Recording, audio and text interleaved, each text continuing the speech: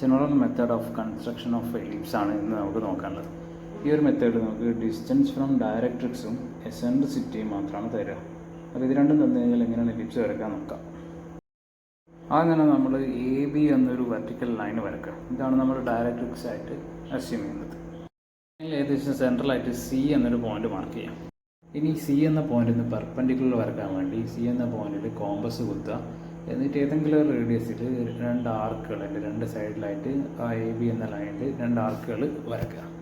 ഇനി A B എന്ന ലൈനിൽ നമ്മൾ കട്ട് ചെയ്തിരിക്കുന്ന രണ്ട് ആർക്കുകളുണ്ടല്ലോ, അത് തമ്മിലുള്ള ഡിസ്റ്റൻസിൻ്റെ പകുതിയിൽ കൂടുതൽ കോമ്പസിലെടുത്തതിന് ശേഷം ആ രണ്ട് പോയിന്റുകളിൽ തന്നെ വെച്ചിട്ട് നമ്മൾ മേലെയും താഴെയായിട്ട് രണ്ട് ആർക്കുകൾ കട്ട് ചെയ്യാം. നമ്മൾ പെർപെൻഡിക്കുലർ ബൈസെക്ടർ വരയ്ക്കുന്ന അതേ മെത്തേഡ് തന്നെ. ഇനി കട്ട് ചെയ്തിരിക്കുന്ന ആർക്കുകളും സി എന്ന പോയിന്റും ജോയിൻ ചെയ്യുന്ന രീതിയിൽ സ്കെയിൽ വെച്ചിട്ട് ഒരു ലൈൻ ഇതുപോലെ വരച്ചിടുക. ഇനി ക്വസ്റ്റ്യനിൽ distance of the focus from the directrix 50 mm ആണ് തന്നിരിക്കുന്നത്. നമ്മുടെ എ ബി എന്ന ഡയറക്ട്രിക്സിന് 50 mm വിട്ടിട്ട് ഫോക്കസ് എഫ് മാർക്ക് ചെയ്യാം. ഇനി സി എഫ് എന്ന ലൈനിനെ നമ്മൾ 5 ഈക്വൽ പാർട്സ് ആക്കി ഡിവൈഡ് ചെയ്യണം. ഇവിടെ 50 mm ആയതുകൊണ്ട് തന്നെ അത് 5 ഈക്വൽ പാർട്സ് ആക്കി ഡിവൈഡ് ചെയ്യാം. 10 mm വെച്ചിട്ട് നമ്മൾ ഡിവൈഡ് ചെയ്താൽ മതി. ഇവിടെ 5 ഡിവിഷനായിട്ട് ഡിവൈഡ് ചെയ്യേണ്ട കാരണം എന്താ വെച്ചാൽ എസെൻട്രിസിറ്റി 2/3 ആണ് തന്നിരിക്കുന്നത്. 2 + 3 5 ആണ്. ഇനി എസെൻട്രിസിറ്റി 4/2 ആണ് തന്നിരിക്കുന്നതെങ്കിൽ, അല്ലെങ്കിൽ 2/4 ആണ് തന്നിരുന്നതെങ്കിൽ 6 ഡിവിഷനായിട്ട് ഡിവൈഡ് ചെയ്യേണ്ടി വരും. അപ്പോൾ അതൊന്ന് നോക്കിയാൽ മതി നമ്മളെ ക്വസ്റ്റ്യൻ്റെ എസെൻട്രിസിറ്റി എത്രയല്ലേ എന്നുള്ളത്. ഇനി നമുക്ക് എലിപ്സിലുള്ള ഒരു പോയിന്റ് വി മാർക്ക് ചെയ്യണം. അപ്പോൾ വി മാർക്ക് ചെയ്യുന്നത് ശ്രദ്ധിക്കേണ്ട കാര്യമാണ്. അവിടെയാണ് എസെൻട്രിസിറ്റി നമ്മൾ ശ്രദ്ധിക്കേണ്ടത്. എസെൻട്രിസിറ്റിൻ്റെ ഇക്വേഷൻ വരുന്നത് distance of a point from focus divide by distance of same point from directrix ആണ് അല്ലേ.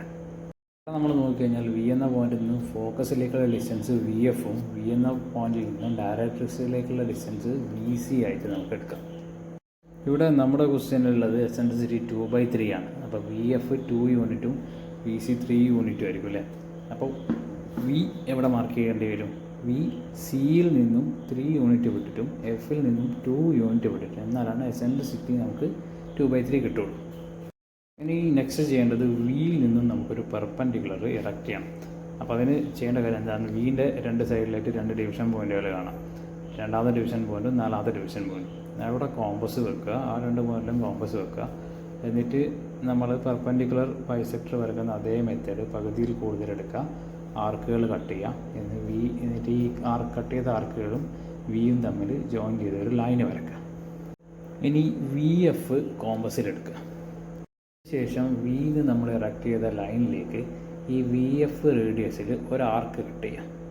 ആ കട്ട് ചെയ്ത പോയിന്റിനെ ഇ എന്ന് മാർക്ക് ചെയ്യാം.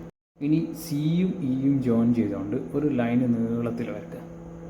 ഇനി വിൻ്റെ റൈറ്റ് സൈഡിലായിട്ട് പ്രത്യേകിച്ച് അളവുകളൊന്നുമില്ലാതെ കുറേ പോയിന്റുകൾ ഇതുപോലെ മാർക്ക് ചെയ്യാം. ഇനി വി ഇ എന്ന ലൈനിന് പാരലായിട്ട് ഈ മാർക്ക് ചെയ്തിരിക്കുന്ന പോയിന്റുകളിൽ നിന്നൊക്കെ ലൈൻസ് വരക്കാം. ഈ വരക്കുന്ന ലൈനുകൾ നമ്മൾ നേരത്തെ വരച്ച സി ഇ എന്ന ലൈനുണ്ടല്ലോ, അതിൽ കൊണ്ടുപോയി മുട്ടണം. ആ മുട്ടുന്ന പോയിന്റുകൾക്കൊക്കെ കറസ്പോണ്ടിങ് ആയിട്ടുള്ള 1 ആണെങ്കിൽ 1ൻ്റെ മുട്ടുന്ന പോയിന്റ് 1 ഡാഷനും 2ൻ്റെ മുട്ടുന്ന പോയിന്റ് 2 ഡാഷനും അങ്ങനെ മാർക്ക് ചെയ്യാം. ഈ ഇലിപ്സ് വരയ്ക്കാൻ വേണ്ടി നമുക്ക് കുറേ പോയിന്റുകൾ ആവശ്യം.